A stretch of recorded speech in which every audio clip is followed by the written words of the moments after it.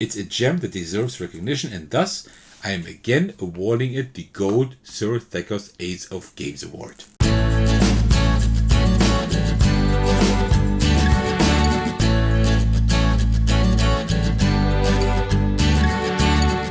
Hey everyone, this is Thecos, and as you may remember, I have already showcased Dragons of Etchinstone on my channel.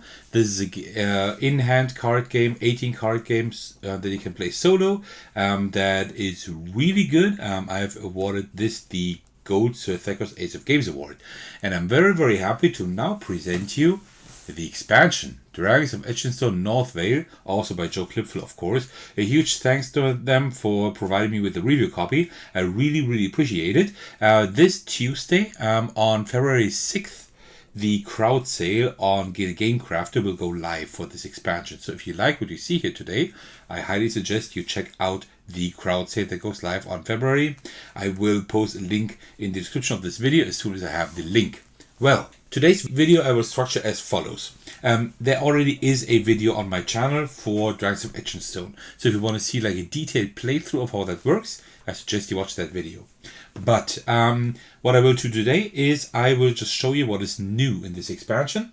Like what has been added, how is the game changed up.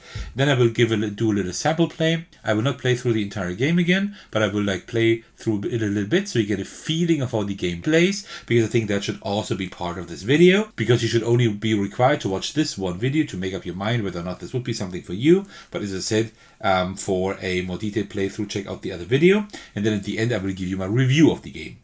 So let's just get started. What is Dragons of Etchinstone Northvale? It is a expansion, not a standalone expansion. You will need the base game for it, but as you can see, if you order the expansion, you get a thicker wallet, like a thicker packaging. That means you can put like the base game in there and the expansion in here. Both is in here. This is my old base game that I used, that I played like all the time, and then Joe Klipfel sent me this version here, which will be the one you will also find on the Game Crafter. When we open this up, as usual, you have like the most important abilities here. One tip from my side: what I did, I actually copied that and then I cut it out and put it on cardboard. It's not like it's like totally in focus, but it's enough. And so I have all the boss, enemy, and abilities and circumstances and perils all here. I can put like the boss abilities on both, on the backside of both, and these two like this, so I can like put them maybe right beside me if I have a table. If I don't have a table, I just put them like in my pocket or something, and then I can just pull them out for like all the different symbols. There are quite a lot of symbols in this game, and with the expansion even more. And then what we have here is this is the old base game that you also find like that you can just order like that, right? But here we have the expansion. And the expansion does a few new things.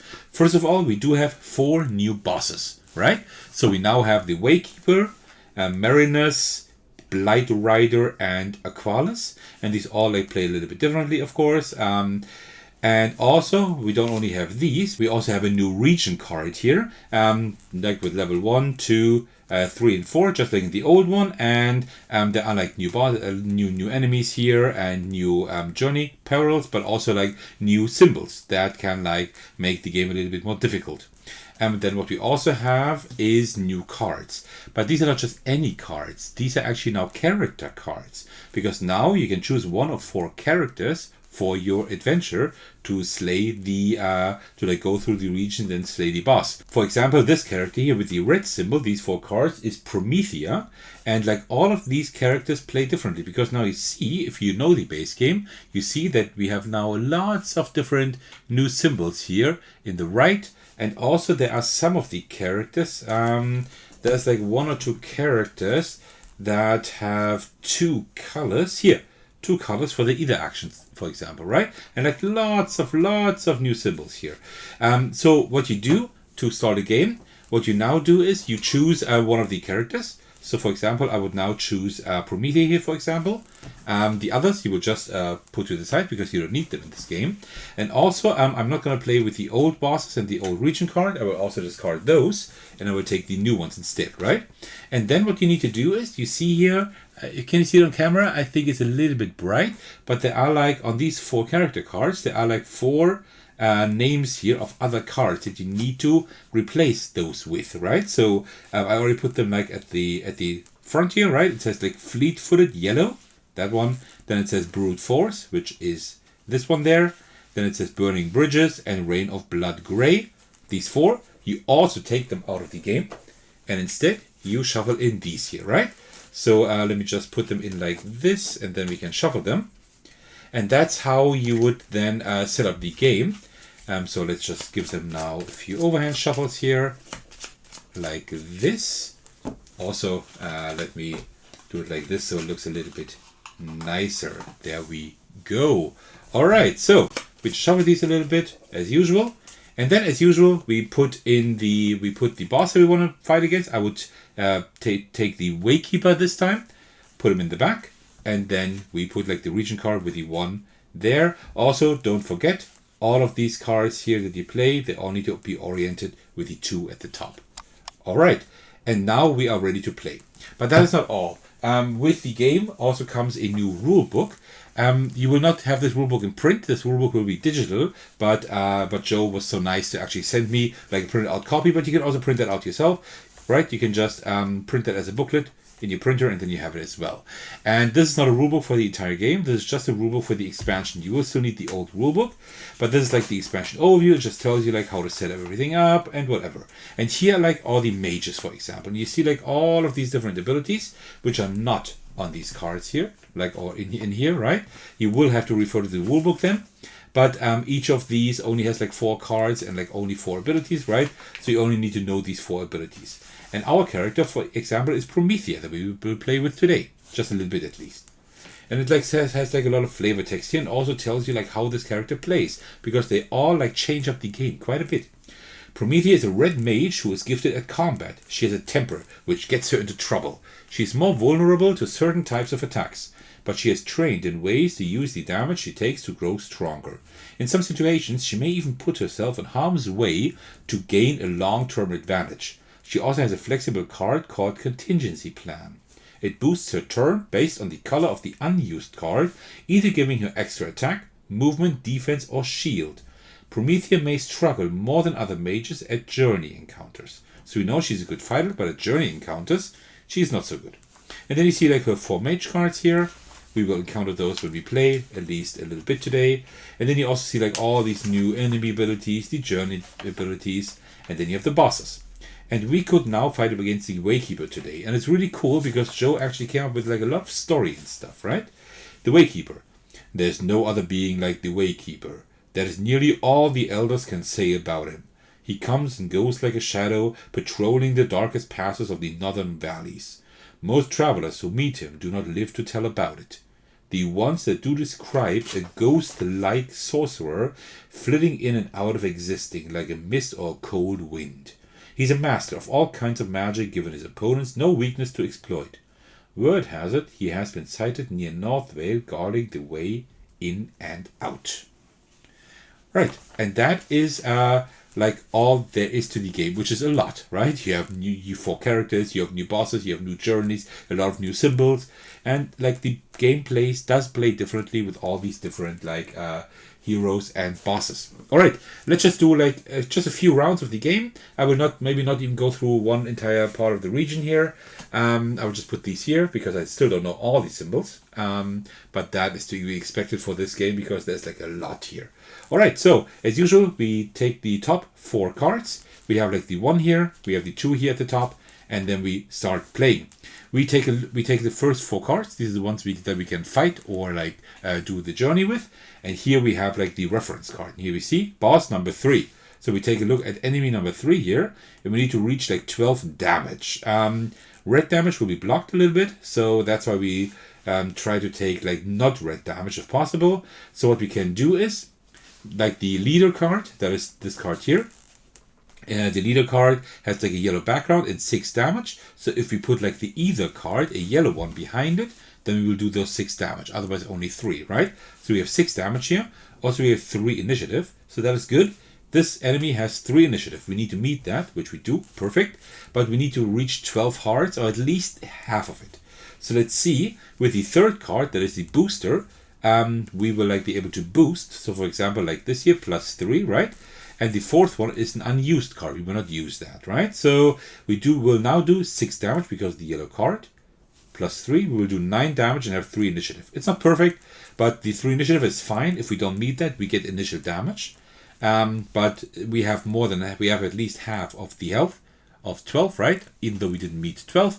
That means we at least get to upgrade. We get XP, but we also receive damage, right? And the boss does 3 damage. 3 red damage. So we will now be able to soak that. So I can now take this card here, for example, which has 3 shields. And then we downgrade it. And with 3 shields, we can soak that 3 damage. But it's not downgraded. But we also get the XP here in the top right, which is like 7 XP, right? So here you see the XP you need to upgrade those cards. So actually these two aren't too bad. I will upgrade Sword of Light. And then you see level 3. And also I will upgrade Rain of Blood.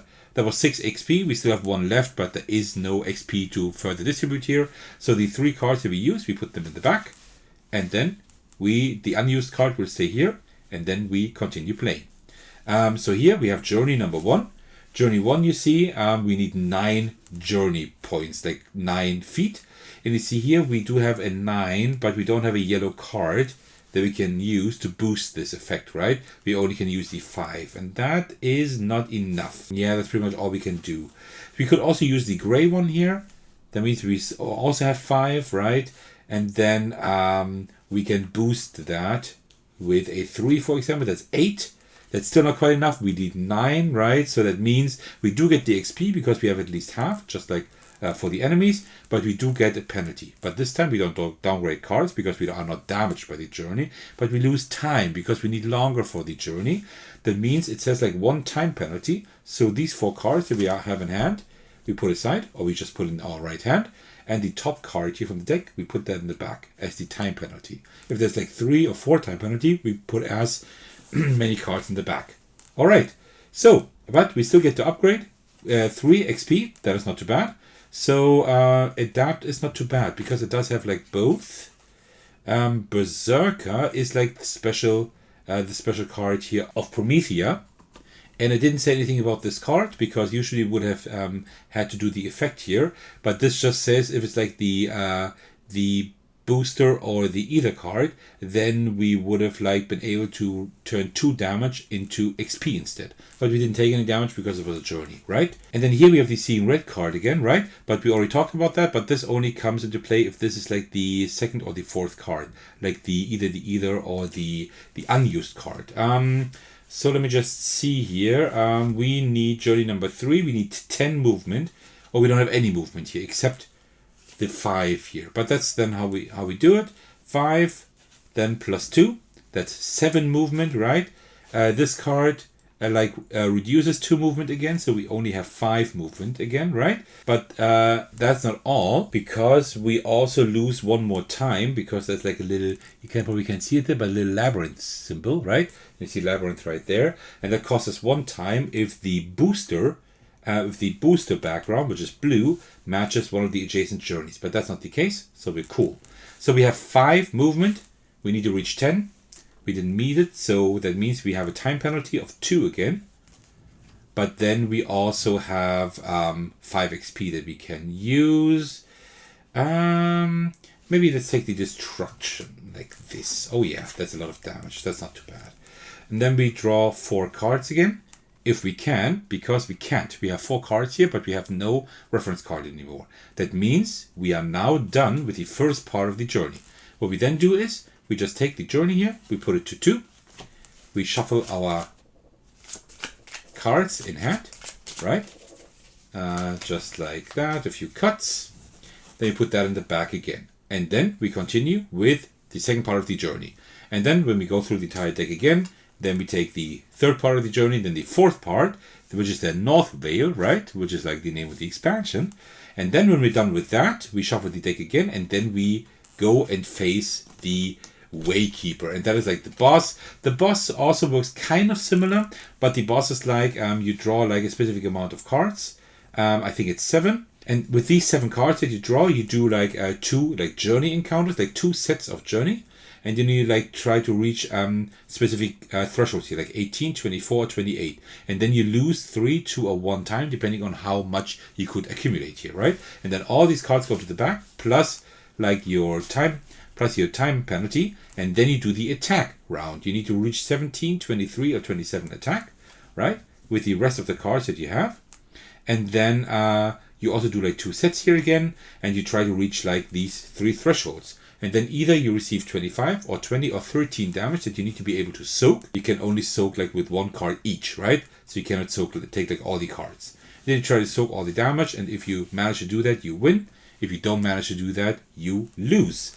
And that is like how the game would end, right? I will not play through the entire game because I don't want to make this video too long for you. I just want to give you like an idea of how this game works. Before I will give you my review of the expansion, I need to say that I really enjoyed the base game already. It got like the gold Sir Thecos Ace of Games award, which means that I deem it as an excellent game, as a really, really good one. And well, but how does the expansion fare? Well, let me tell you. Much like its predecessor, Dragons of Etchinstone, the sequel, Dragons of Etchinstone Northvale, works very well. It successfully expands the base game in a meaningful way. While the main rules remain unchanged pretty much, the expansion introduces new elements that add depth and variety to the gameplay, as I said. Notably, the bosses here function differently from those in the base game, and players must now navigate new hazards, like these new symbols, to overcome challenges. The most significant change is like the introduction of these 4 unique characters, each altering the gameplay by adjusting the quality of either powers, of introducing powerful leader actions, and enhancing the cards in hand. This substantial modification greatly enhances replayability and making the game much more engaging and dynamic. As a thoughtful touch, like I already mentioned, the expansion comes with a larger case, allowing players to conveniently store both the base game and the expansion in one, so you don't always have to carry around like 2 boxes and like put everything back and forth. This thoughtful packaging definitely is a practical addition I highly appreciate. While the expansion is not essential to enjoy the game, especially considering the excellence of the base game, it becomes a compelling choice for those seeking a fresh challenge. The gameplay undergoes a significant shakeup, offering a more challenging experience. In my experience, I win about 80% of base game matches, which is quite a lot. But the expansion has proven to be a much more formidable adversary, resulting in more losses for sure. And that is a good thing. On the flip side, the increased complexity of the expansion, particularly with all these new symbols, might be overwhelming. However, this complexity is not necessarily negative. It adds depth to the game. I recommend printing out the effects on cards for easy reference, just like I did it, because this greatly enhances the accessibility and enjoyment of the game. All in all, Dragons of Etchinstone Northvale is an amazing expansion, introducing more complexity to an already intricate game. It not only enhances replayability, but also raises the level of challenge, offering more interesting encounters. If you are a fan of the base game, I highly suggest exploring this expansion. It's a gem that deserves recognition, and thus, I am again awarding it the Gold Sir Thecos Ace of Games Award. Alright, and that pretty much concludes my review of Dragons of Etchinstone Northvale by Joe Klipfel. I definitely suggest you check out the crowd sale on the Game Crafter if you just remotely enjoyed what you saw here today. I'm quite sure you can also just get the base game in case you just want to start with that. But depending on the price, which I think will not be too high, I would actually suggest going in with the full package, because this is a very good game, and if you do enjoy it, you do have the expansion already, so you have much more longevity and replayability when you get that. Alright, if you're still watching, thank you so much for doing so. I really hope you enjoyed my video. I really appreciate you sticking around until the very end. As usual, I want to thank all of you for your support. I'm very, very thankful for each single one of you. I especially want to give a shout out to my generous Patreons, and the biggest thanks go out to Thecos, who's the most generous support at the highest tier. Thank you so much for that.